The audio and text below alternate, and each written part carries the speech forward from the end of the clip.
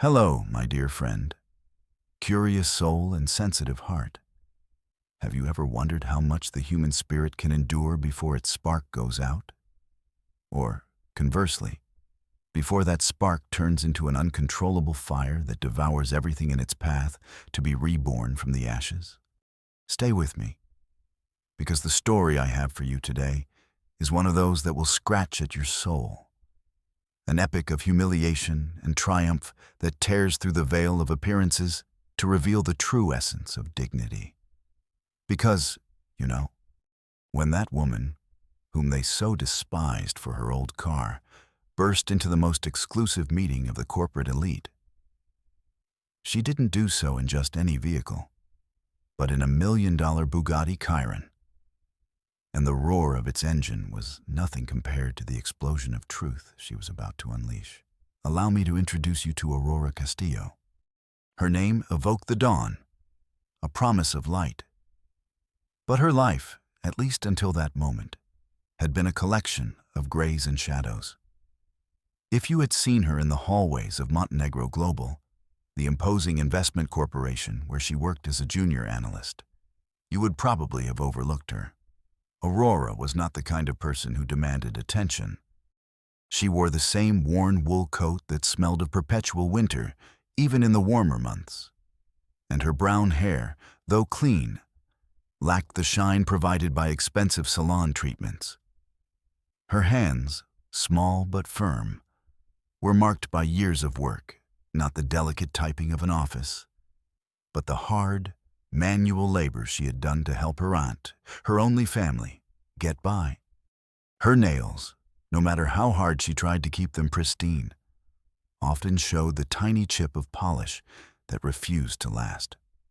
Every morning, before the sun fully appeared, Aurora left her modest apartment in a building that had seen better days, with cracked stucco walls and windows that refused to close tightly.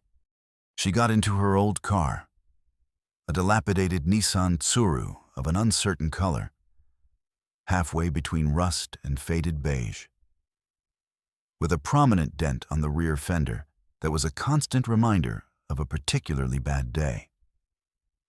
The engine coughed when starting, a sound that had become as familiar as the echo of her own breath. In the morning traffic, as shiny Mercedes and BMWs sped past her, Aurora's Tsuru was a rolling anachronism, a visible reminder of her position in the social and economic hierarchy. She could feel the glances at traffic lights, fleeting looks of disdain or, worse yet, pity, and each one of them was a pang. It was as if her car was shouting from the rooftops, "Here comes the nobody." At the office, the situation was no different. Her cubicle, the smallest and closest to the noisy photocopy room, was an extension of her invisibility. No one bothered to remember her full name, calling her simply the new girl or the finance girl, despite her having been with the company for over 2 years. Derogatory comments were a daily occurrence. Whispers in the hallways about her outdated clothes, the lack of brand names on her accessories, the fact that she never participated in expensive team outings. Once, she overheard Valeria Vidal, one of the marketing directors, comment with a muffled giggle to her colleague, "Look, Aurora still uses that flea market bag. Doesn't she feel ashamed appearing like that in the Montenegro Global office?" The phrase, loaded with venom, reached her clearly. A pang of humiliation stabbed her in the chest. But Aurora, an expert in the art of self-control, merely pressed her lips together and continued typing, trying to dispel the image of her trembling hands. That day, upon arriving home, she looked long into the mirror, with the bag she liked so much hanging from her shoulder, and felt her dignity slipping through her fingers like fine sand. She promised herself that one day, just one day, those words would be dust in the wind compared to what she would achieve. But what no one at Montenegro Global knew, or even suspected, was that behind those tired eyes and that modest facade. Aurora Castillo possessed a brilliant mind, an intellect sharp as a razor, and a prodigious memory for numbers and financial details. She was a genius. Since childhood, she had devoured books on stock markets, investment strategies, and data analysis. Her grandfather, a modest mechanic who dreamed of greatness, had taught her to disassemble and reassemble engines, to see the internal logic in chaos, and she applied that same logic to the chaotic world of finance. What for others were tedious Excel spreadsheets and complex reports, for Aurora were fascinating puzzles, hidden patterns waiting to be deciphered.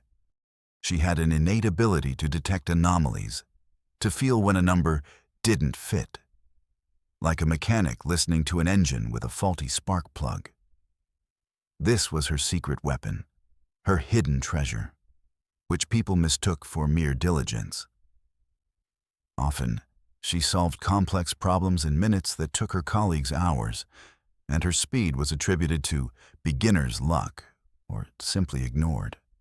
Once, her manager, a kind but absent-minded man, asked her to review some financial projections that seemed perfect. In less than half an hour, Aurora found a discrepancy of thousands of dollars, an error that, if undetected, would have cost the company millions. The manager's surprise was palpable. His eyes widened, his lips formed a perfect O. But instead of acknowledging her genius, he mumbled something about having a good eye and dismissed her with a pat on the back that tasted of condescension. Aurora simply nodded, her face impassive. But inside, a small flame of resentment stirred. Vindication, she thought, would be a dish served cold, but with an exquisiteness that would leave everyone breathless. Aurora's internal monologue was a constant whirlwind, a refuge for her brilliant mind. They see me and only perceive what I'm wearing, the car I drive, the brands I don't own, she told herself as she chewed a cheap cheese sandwich in her cubicle. They don't see the hours I spent in the municipal library, devouring every volume on finance. They don't see the sleepless nights, charting graphs and studying market trends on a borrowed laptop.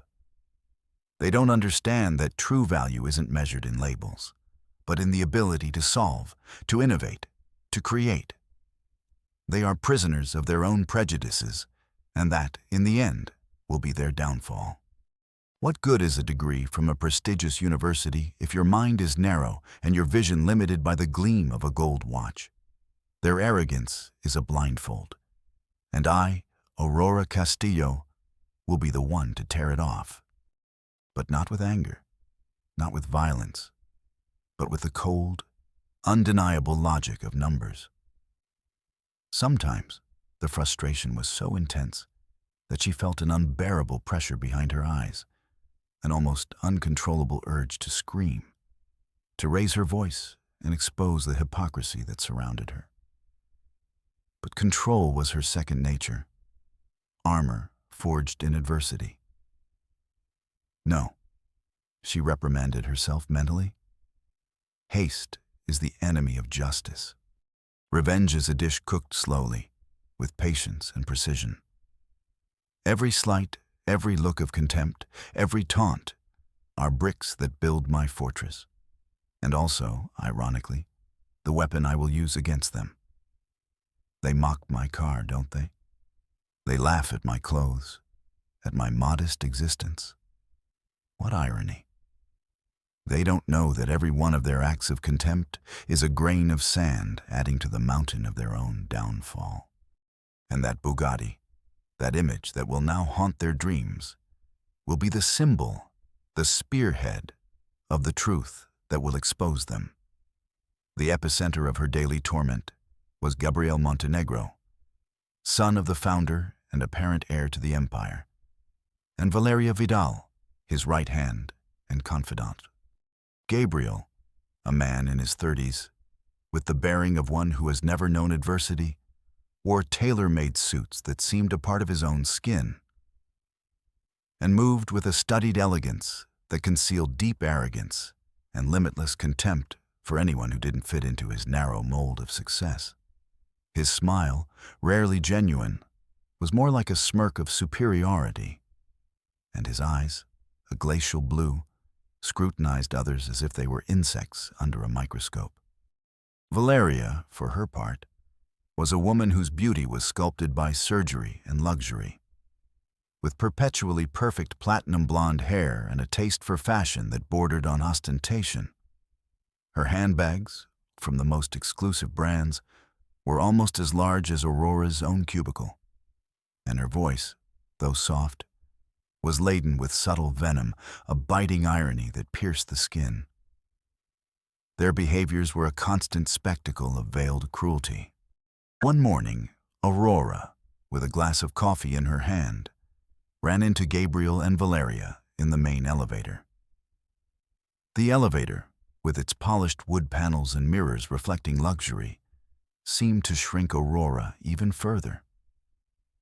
Gabriel, upon seeing her, let out a barely audible chuckle and commented loudly to Valeria. "Valeria, don't you think we should implement a dress code more in line with Montenegro Global's prestige? Certain presences detract from the brand's value." Valeria, without even looking at Aurora, brought a gloved hand to her mouth to stifle a laugh and replied, "Absolutely, Gabriel. It's imperative to maintain the image. We don't want our clients confusing this with a flea market." Aurora felt the heat rise up her neck, a wave of shame and rage that threatened to make her heart explode. Her knuckles turned white as she squeezed the glass. The tension in the air was so thick it could be cut with a knife. But Aurora, clinging to her self-control, merely diverted her gaze to the illuminated numbers of the elevator, counting the floors. This incident, like many others, was burned into her memory. Every word, every giggle, every contemptuous look. Another time, in the company cafeteria, as Aurora tried to concentrate on a report, Gabriel and Valeria passed by her table and he casually dropped a $50 bill, saying with a condescending tone, "Oh, excuse me, Aurora, I dropped this. Take it. Maybe it'll help you fix that dent in your car." Valeria let out a shrill, undisguised laugh. Aurora felt her blood run cold. Her face remained impassive, but inside, a storm of fury raged. The bill remained on the floor, ignored, a testament to dignity that, though sullied, was not broken. These acts, repeated with cruel variations, not only humiliated her, but also pushed her to the limit, transforming sadness into implacable determination. They weren't mere taunts. They were weapons, and Aurora felt the wounds deep within her being. Aurora's daily life was a monotonous symphony of grays, sprinkled with the brief, sharp chords of humiliation. Her routine was immutable. Waking before dawn, preparing instant coffee and a frugal breakfast, dressing in the little she had, and then the odyssey in the Suru. At the office, she was a ghost, a shadow. She submitted her impeccable reports, detected errors others overlooked, but her work was met with a perfunctory nod, a well done devoid of true recognition. Meetings were a silent torture. While other executives and analysts talked about their weekends at luxury resorts or their real estate investments on the coast, Aurora remained silent on the periphery, her presence as insignificant as the air they breathed. She listened to their conversations about yachts and exotic vacations, and the contrast with her own life, her weekly visits to her ailing aunt, her afternoon sewing to save every penny, was overwhelming. She felt the weight of invisibility, the way their eyes slid over her without registering her existence. It was a suffocating sensation, as if an invisible hand were squeezing her throat. The magnificence of Montenegro Global was almost insulting. The wide windows of the executive offices offered panoramic city views. The marble floors shone with an impeccable luster. Contemporary artworks adorned every hallway. There was an employee lounge with leather sofas, designer coffee machines, and a pool table that no one at her level dared to use. The bathrooms were a sanctuary of luxury, with branded lotion dispensers and soft towels. Aurora, in contrast, used the fourth-floor bathroom, older and less frequented, where she wouldn't feel so exposed. Every time she crossed the gleaming lobby, she saw her reflection in the mirrors and felt the dissonance between her modest figure and the surrounding splendor. The injustice felt palpable in the air, in the expensive perfume of her colleagues, in the echo of their carefree laughter. It hurt her, it burned her. It constantly reminded her of her place. But that same injustice, that same opulence that excluded her, also fueled her. This isn't for me. Not yet, she thought. But its brilliance will serve as my guide in the darkness of their corruption. The irony was that the more they mocked her, the stronger became her conviction that there was something more, something rotten beneath that veneer of perfection. The seed of change. The first hint that her life was about to drastically deviate from its pre-established course of invisibility came not with a bang, but with a whisper. An anomaly so subtle that only a mind as sharp and obsessive as Aurora's could have detected it. She was submerged in a tedious task. Digitizing old financial files, a job no one else wanted to do.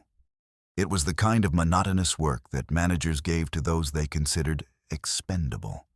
Day after day, Aurora reviewed old reports, balance sheets dating back decades, dusty documents containing the financial history of Montenegro Global. Most of her colleagues would have simply scanned the documents without paying attention, but Aurora, with her analytical mind, couldn't help but process the information, looking for patterns, trends. It was then, in a quarterly report from 2005, that something stopped her. A number, a simple number, an inexplicably high expense item under the category of external consulting, repeated with unusual regularity in subsequent quarters. It was too perfect, too round, too suspicious. It wasn't a minor accounting error. It was a significant deviation that, accumulated, amounted to millions of dollars. Her first reaction was pure skepticism. It must be a transcription error, she thought. An insignificant anomaly. But the premonition, that tingling sensation at the back of her neck that told her something wasn't right, was too strong to ignore. She spent the next hours, and then days, reviewing adjacent reports, comparing figures, looking for cross-references. The pattern held. The same figure, the same concept, the same generically named consulting firm that didn't appear in any public registry of prestigious consultants. Curiosity transformed into a cold, calculated obsession. "This smells rotten," she muttered one night in the solitude of her cubicle, under the hum of computers that refused to shut down. Too neat to be an error, too consistent to be coincidence. The spark, a small and fierce flame, ignited in her chest. Skepticism gave way to an unbreakable determination. Her hands trembled slightly as she went over the data again and again, searching for the logical explanation that didn't come. It couldn't be. Montenegro Global's unimpeachable reputation, the respected Gabrielle Montenegro. But the numbers didn't lie. And Aurora, the invisible girl, the one with the old car, knew it. A thin, bitter smile spread across her lips. The irony was palpable. While they laughed at her tsuru, she was unearthing the foundations of their house of cards. The initial doubt dissipated like smoke, leaving behind a crystalline clarity and a sense of purpose she had never felt with such intensity before. It wasn't just a job. It was a mission, an act of justice pending. The process of transformation, or rather, of investigation and preparation, became the epicenter of Aurora's life. It wasn't just a job. It was a clandestine, meticulous, and exhausting operation. Every night, when the office lights went out and the last colleague left for home, Aurora stayed. Sometimes until 2 or 3 in the morning. It wasn't just a matter of hours, but of ingenuity and perseverance. Her objective was to unravel the network of embezzlement she had detected, and for that, she needed irrefutable proof. Her first barrier was access. The most sensitive files were protected by an archaic system, a labyrinth of shelves and sealed boxes in the company's basements. One day, while trying to locate a specific document, she ran into Elias, the old archivist. Elias was a figure as old-fashioned as the archives he guarded, a man in his 70s, with thick glasses that gave him the air of a wise owl, and a wool scarf perpetually wrapped around his neck, even in summer. He was always seen hunched over tables full of dossiers or pushing a creaking cart. At first, Elias was reluctant, wary of the new girl who asked unusual questions about old reports. "It's confidential, miss," he muttered in a hoarse voice, his eyes narrowed behind his glasses. Aurora, however, didn't give up. With infinite patience, she explained her dilemma with a report and asked for his help to locate a specific document that she knew Elias had personally classified years ago. She didn't mention her suspicions, only her need to complete a complex report. Elias, a man of routine and order, was gradually softened by Aurora's persistence and, more importantly, by her genuine respect for his encyclopedic knowledge of the archives. After several nights of Aurora helping him organize old boxes or listening to his stories about the company's early days, Elias granted her access to sections that were off-catalog, whispering the codes and locations to her with tacit complicity. The dust of the old files was her second home. The smell of aged paper and mold permeated her clothes. Under the dim light of a desk lamp, Aurora reviewed contracts, invoices, bank transactions, printed emails. Frustration was constant. Days of searching could yield nothing substantial. One night, after hours of no success, she found an unmarked manila envelope hidden behind a stack of tax documents. Inside, she found a series of bank transfers to an offshore account in the name of a fictitious company, Aurum Ventures. The date and amount of the transfers matched the external consulting entries she had detected. Her heart skipped a beat. That seemingly insignificant envelope was the missing link. An internal monologue erupted. It's bigger than I imagined. Aurum Ventures, a fantasy name for stealing." Her hands trembled. Adrenaline coursed through her veins. Indignation was a tide that swept over her. Gabriel, with his superior smile, his contempt for the less fortunate, was stealing from the very company he supposedly ran. She realized that funds were being diverted from employee incentive programs and retirement plans. From working people like her. She felt a knot of rage and determination form in her stomach. It was no longer just personal vindication. It was justice for everyone. "Don't give up, Aurora," she told herself, her mental voice a firm whisper. "You're close. Truth has a price, and I'm willing to pay it. Every extra hour, every cold coffee, every frustration, it will be worth it. It will be worth every tear shed in secret." The next obstacle was digital. Aurum Ventures had a minimal web presence, but the digital trail was harder to follow. This is where Sophia came in.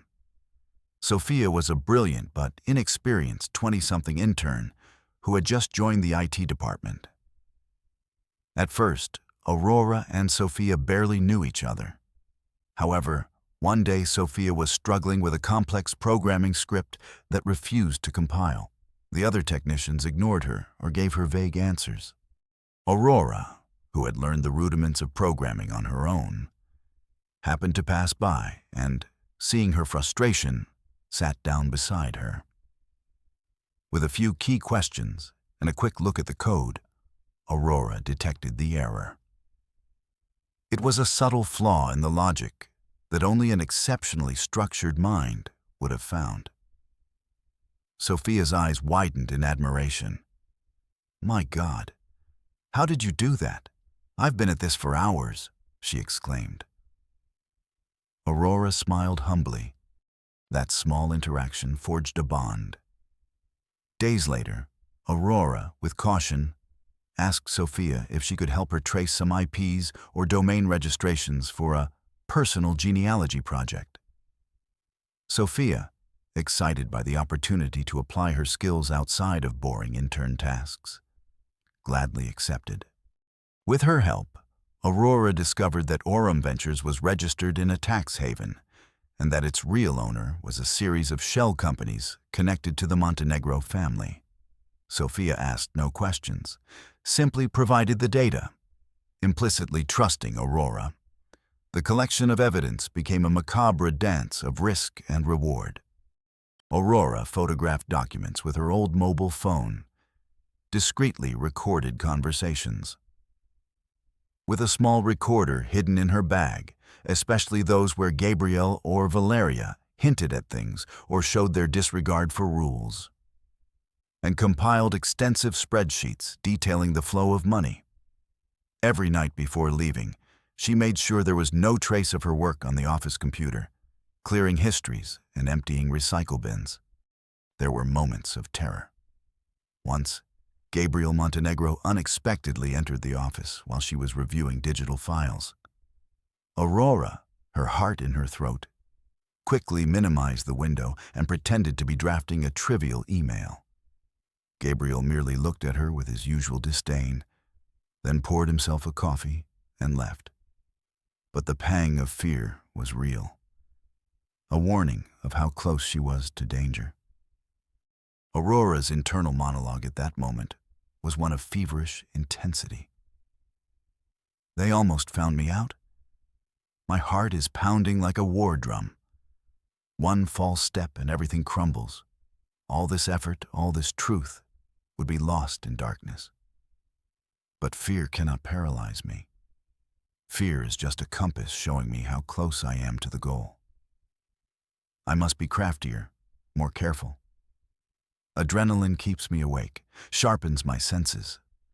They think I'm invisible, and that's my greatest advantage. I will continue working in the shadows, like a spider weaving its web, until my net is so strong that no one can escape." Weeks turned into months. Aurora immersed herself completely in her mission. She slept little, ate less, and her social life dwindled to zero. Her aunt, worried, asked her if she was well, if she was eating, and Aurora responded evasively, not wanting to worry her. The vision of justice propelled her. Gabriel's face, his mocking laugh, Valeria's condescension were the engine of her tireless quest.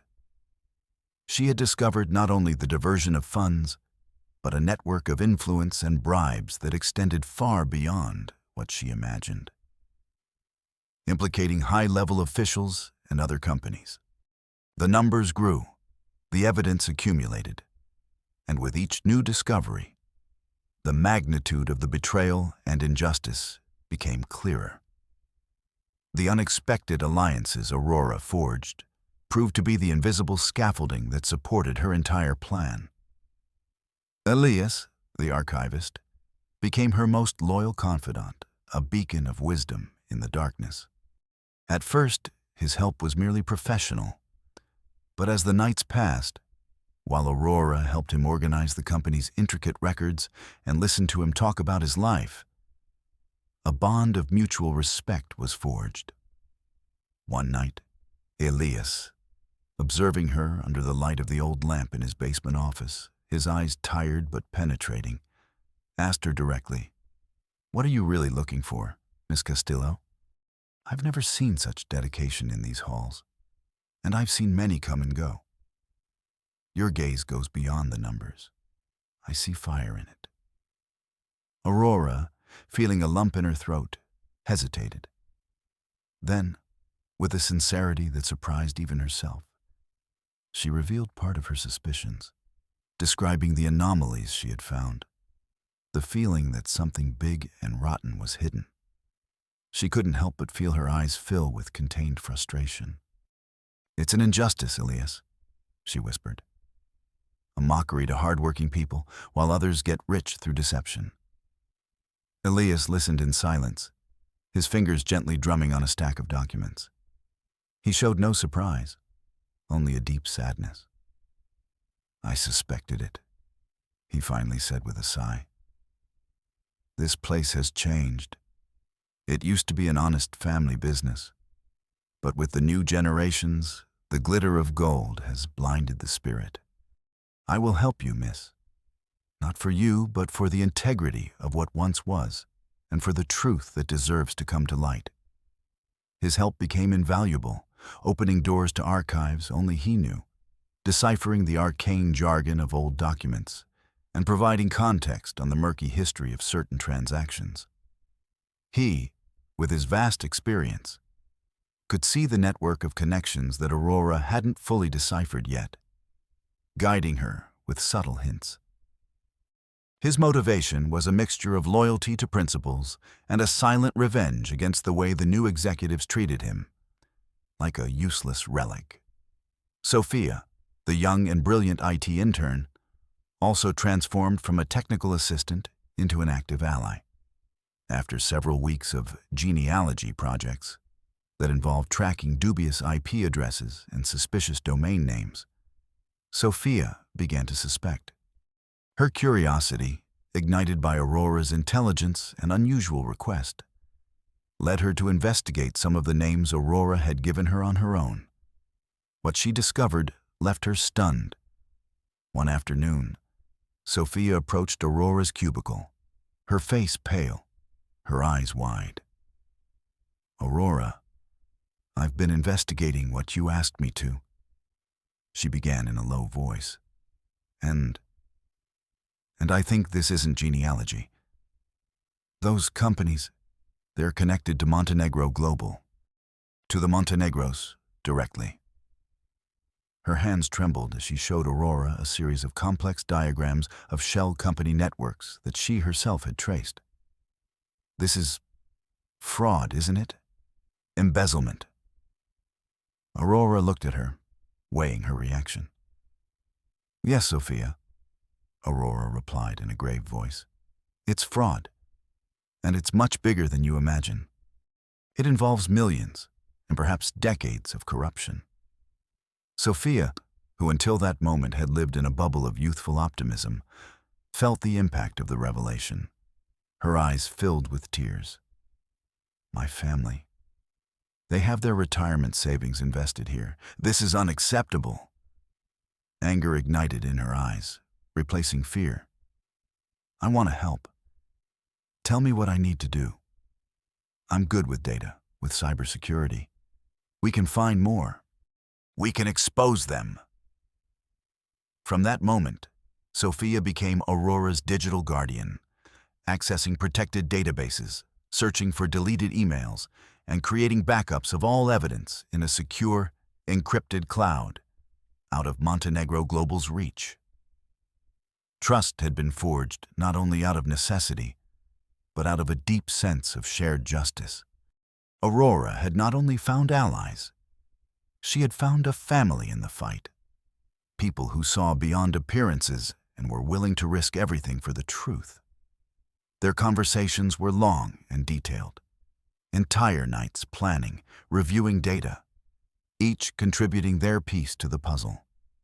The camaraderie and support she found in Elias and Sophia were the injection of strength she needed to keep going.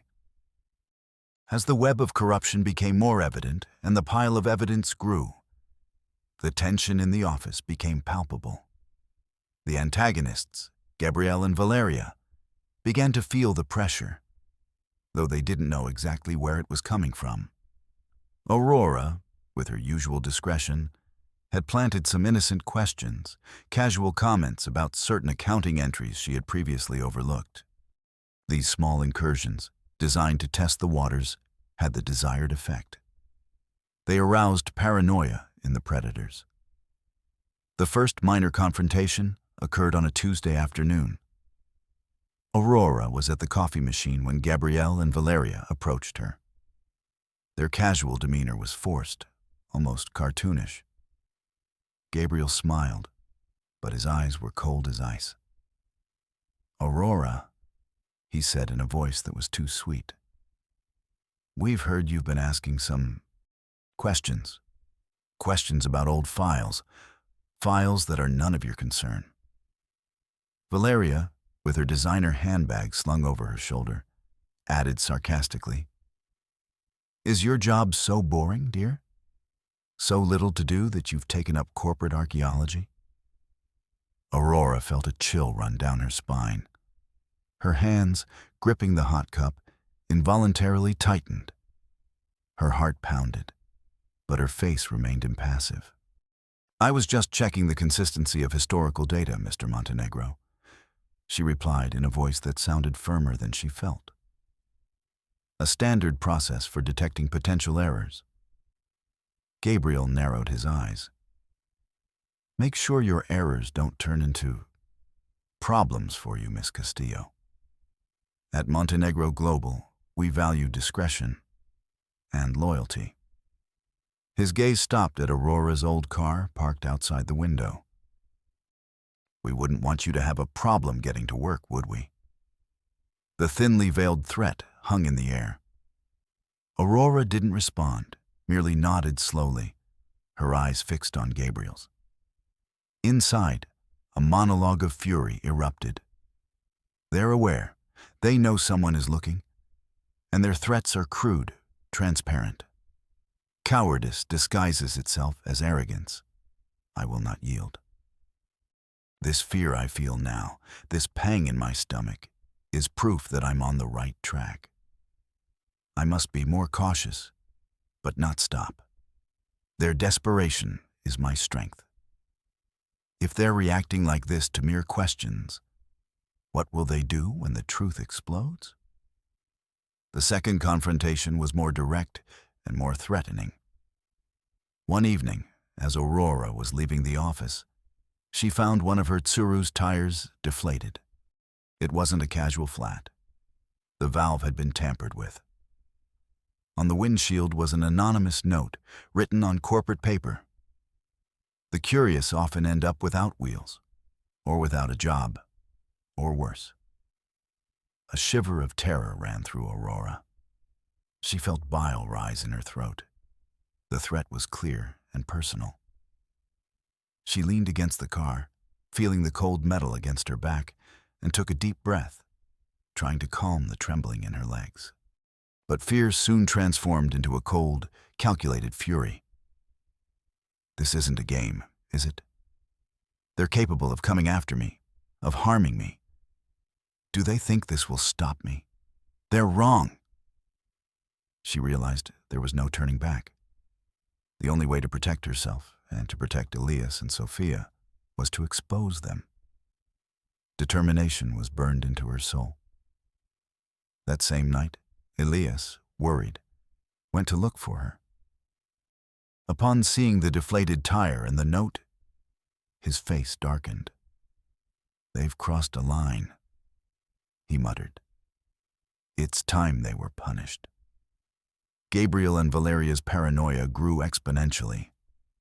Aurora observed them from a distance, noticing how their laughter was less frequent, their conversations quieter. Gabriel constantly checked his phone. Valeria looked around with barely disguised anxiety. They knew something was brewing, but they were blind to the source. And Aurora, the invisible one, was ready for the climax. And so we come to the day, my dear friend, the day that would change the destiny of many forever. The day invisibility became blinding light, and humiliation transformed into the sweetest of vindications. the annual Board of Directors meeting of Montenegro Global. It wasn't just any meeting. It was the pinnacle event of the year, where financial results were presented, new strategies announced, and the most crucial decisions for the corporation's future were made. The main hall, the Legacy Hall, was an imposing space, with crystal chandeliers casting golden light over the polished mahogany table where the company's heavyweights sat. The board members, the main shareholders, and of course, Gabriel Montenegro, the heir, presiding over the table with a smirk of self-satisfaction. Valeria Vidal was by his side, as impeccable as ever, in a dress that looked straight off the runway and an expression of cold confidence. The atmosphere was one of controlled opulence, a hum of polite whispers, the gentle clinking of water glasses, attention fixed on the screens where impeccable charts were projected. Everything was meticulously orchestrated to project an image of solidity, of unbreakable success. It was the perfect stage for the unveiling of truth. Mere minutes before Gabriel was to present his final report, a report that, according to rumors, would consolidate his position as the next CEO, an unusual sound began to filter in from outside. A roar, a deep, powerful bellow of an engine tuned to its limit, a sound that didn't belong to the soft murmur of luxury cars waiting at the entrance. Conversations faded. Murmurs ceased. Heads instinctively turned towards the wide windows. And then, like an apparition from another world, a vehicle glided majestically through the main entrance, braking with an almost inhuman grace right in front of the building's portico. It wasn't a car. It was a work of art, a sculpture of speed and power. A deep blue Bugatti Chiron, so brilliant it seemed to absorb light and return it multiplied. Its aerodynamic design, its aggressive lines, its presence was so striking that for a moment, a deafening silence fell over the hall. All eyes were fixed on it, on its brutal elegance, on its priceless value. The Bugatti's door opened with a soft hydraulic hiss, and from its interior emerged a figure. It wasn't a corpulent businessman, nor a celebrity, nor an eccentric millionaire. It was Aurora Castillo. But not the Aurora they knew. She wore an impeccably tailored suit, in a pearl gray that accentuated her slender figure, a fabric that draped with a softness only haute couture could provide. Her hair, once simple, was pulled back into a low ponytail, elegant and sophisticated. Her eyes, once veiled by resignation, now gleamed with a cold, determined intensity. Her heels, of a height she had never dared to wear before, resonated with authority on the marble as she approached the entrance. She didn't run. She didn't rush. She walked with unperturbed calm, her gaze fixed on the boardroom. In her hand, an elegant leather briefcase. The impact in the hall was an expansive wave of pure shock. Gabriel Montenegro, who was about to begin his presentation, stopped, the projector still showing the title of his slide. His eyes, normally full of contempt, were now dilated with disbelief, his jaw slightly dropped. Valeria Vidal, beside him, brought a hand to her open mouth, her eyes as round as saucers. A low, confused murmur swept through the hall. Who is that? It's the girl from the finance department. But the Bugatti. Aurora entered the hall without asking permission, without a hint of hesitation. Elias stood in a corner, a small, knowing smile on his lips. Sophia, mingled among the attendees, sent her a look of support and admiration. Aurora stopped right in front of the board table, her gaze sweeping over each member, finally resting on Gabriel. A sepulchral silence fell over the room, so heavy one could hear the beating of their own hearts. "Mr. Montenegro," Aurora said, her voice clear and resonant, without a trace of the shyness or submission everyone knew. I apologize for the interruption, but there is crucial information that must be presented before this meeting continues. Gabriel, slowly recovering from his initial shock, tried to regain control, a slight pallor tinting his cheeks. Miss Castillo, what is this circus? This is a private and confidential meeting. You are not authorized to be here. I ask that you leave immediately. His voice, though attempting to be authoritative, had an almost imperceptible tremor. Valeria stood up, her face contorted by anger and disbelief. Call security, Gabriel. This is an outrage. Aurora remained unfazed. Slowly, she opened her leather briefcase and took out a thick folder. I haven't come to ask for permission, Mr. Montenegro. I've come to present the truth. With a calculated movement, she approached the projector, ignoring Gabriel's protests. She held a small remote control in her hand and, with a click, Gabriel's slide disappeared, replaced by a crisp image. It was a complex flow chart, full of arrows, company names, and astronomical figures. In the center, in bold, the name Aurum Ventures. The room filled with a growing murmur, now of surprise and confusion. Gabriel watched the screen, his eyes fixed on the image. His pallor deepened, his lips tightened. What nonsense is this, Miss Castillo? Security, now! But Aurora was already in motion. My name is Aurora Castillo, financial analyst at Montenegro Global, and for the past few months I have been investigating a series of massive financial irregularities amounting to over $80 million diverted from this corporation. The air was cut by her words. 80 million. The board members, who until then had observed the scene with a mixture of perplexity and amusement, straightened in their chairs. Their faces reflected a mixture of astonishment and alarm. Aurora continued, her voice firm and seamless, a torrent of facts and figures.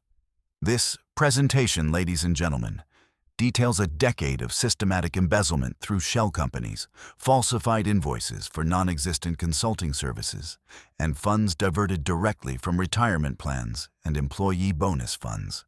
Gabriel stood up abruptly, his chair scraping the floor. His face was completely white, beads of sweat glistened on his forehead. His breathing became agitated.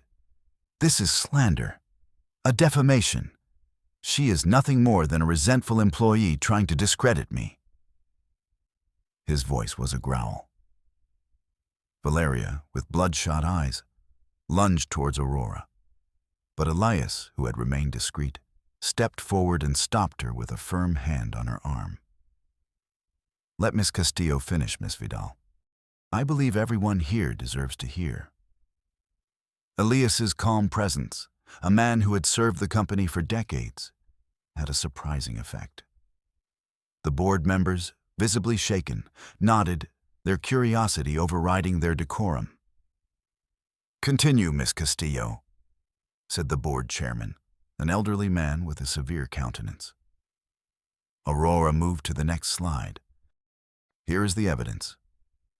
The screen showed incriminating emails, copies of bank transfers to offshore accounts, records of properties purchased under the names of the shell companies, photographs of signed documents. Every piece of evidence was irrefutable.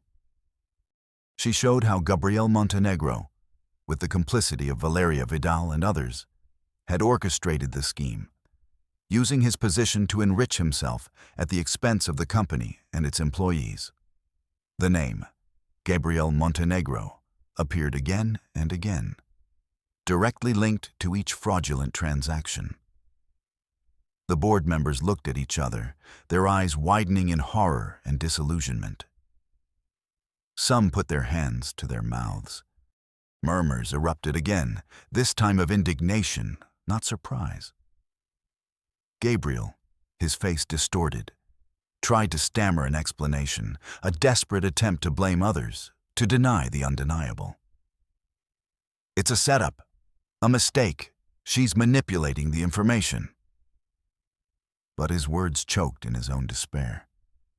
Valeria, with wide, bulging eyes, stood speechless, her perfect composure shattered, a tear of rage and humiliation rolling down her cheek. Her chin trembled uncontrollably. The power dynamic reversed in an instant. The eyes of the board members, which had previously slid over Aurora, now saw her with a mixture of admiration and terror. She was no longer the invisible analyst. She was the avenger. Her voice, though remaining calm, was imbued with undeniable authority. All evidence has been verified by independent experts, and a complete copy of this report has been sent to the relevant authorities and the prosecutor's office. The last sentence was a coup de grace. Gabriel staggered, his knees buckling slightly. His face became a mask of defeat. The Bugatti outside was merely the harbinger of his downfall. The room filled with controlled chaos. The board chairman, his face grim, stood up and addressed Gabriel. "Mr. Montenegro, you are fired. Immediately. And I'm afraid this is just the beginning of your legal troubles." The murmurs transformed into an outcry. Gabriel was escorted out of the hall, his gait uncertain, his gaze lost. Valeria followed him, her shoulders slumped, her aura of superiority in tatters. The public humiliation was palpable, a punishment more devastating for them than any jail cell. Aurora, with the report still in her hands, observed the scene. A strange sense of emptiness mixed with deep satisfaction. There was no overflowing jubilation, only the cold certainty that justice had prevailed. The silence that followed was the echo of an era ending and another just beginning. The downfall of Gabriel Montenegro and Valeria Vidal was as dramatic and precipitous as their ascent had been arrogant. News of the financial scandal at Montenegro Global spread like wildfire, not only in financial circles, but across all media. The story of the invisible analyst, who unmasked a decade of corruption, became a national headline, a David and Goliath tale that captivated the public's imagination. The legal consequences were relentless. The prosecution, with the meticulously compiled dossier by Aurora, Sophia, and Elias, was quick to act. Gabriel and Valeria were arrested a few days after the meeting, their faces drawn and unmade up in the police mugshots published in all newspapers. The contrast with their lives of luxury was visceral. The trial was a media circus, a feast for the tabloids. Sordid details of their excesses were revealed. Their coastal mansions, their yachts, their luxury cars, all financed with money diverted from working people's retirement savings. Gabriel, the arrogant heir, collapsed on the stand, stammering, trying to blame his subordinates, a misunderstood system. Valeria, once so haughty, appeared with disheveled hair, her eyes sunken and empty. The society that once revered them for their power and wealth now despised them. Their friends from the corporate elite, those who used to laugh at Aurora, distanced themselves, fearing being tainted by the scandal. Contracts were rescinded, their accounts frozen, their properties seized. The sentence was severe. Gabriel Montenegro was sentenced to a long prison term for fraud and embezzlement, and an exorbitant fine was imposed on him. Images of him, handcuffed, being transferred to a minimum security prison, with his haggard face and eyes full of terror and despair, spread everywhere. His new reality was hell. A small, cold cell, bland food, the company of criminals, the end of everything he knew. Valeria, though with a lesser sentence, was also condemned to prison. Her glamorous image pulverized, her sneer of contempt replaced by a face of bitter defeat. She went from haute couture salons to a prisoner's uniform. The world that had elevated them now spat them out. Their names became synonymous with betrayal and greed. The fall was total, painful, and for many, deeply satisfying. As the Montenegro Empire crumbled, Aurora Castillo's rise was meteoric. The Bugatti Chiron, which she had rented with her savings and a risky loan for that single triumphant entrance, was returned with a sense of peace. She no longer needed it to prove anything. The company, plunged into a crisis of confidence, needed a deep restructuring and a new, honest, and competent face. The board, after intense deliberations and under the supervision of the authorities, offered Aurora the position of interim executive director. She, the despised junior analyst, found herself in charge of the very corporation that had humiliated her. Her first action was to implement a radical transparency policy and create a compensation fund for employees affected by the fraud. Her life changed overnight. From her modest apartment, she moved to a spacious and bright house, with a garden where her aunt could enjoy the sun. Her aunt's health improved remarkably with specialized medical care and the end of financial worries. Her younger brother, who had always dreamed of studying engineering, now had a full scholarship at the country's best university, paid for by Aurora. But beyond material wealth, the most significant thing was her emotional healing. The weight of invisibility had dissipated, replaced by a quiet confidence and an inner peace she had never known before. Aurora didn't forget where she came from.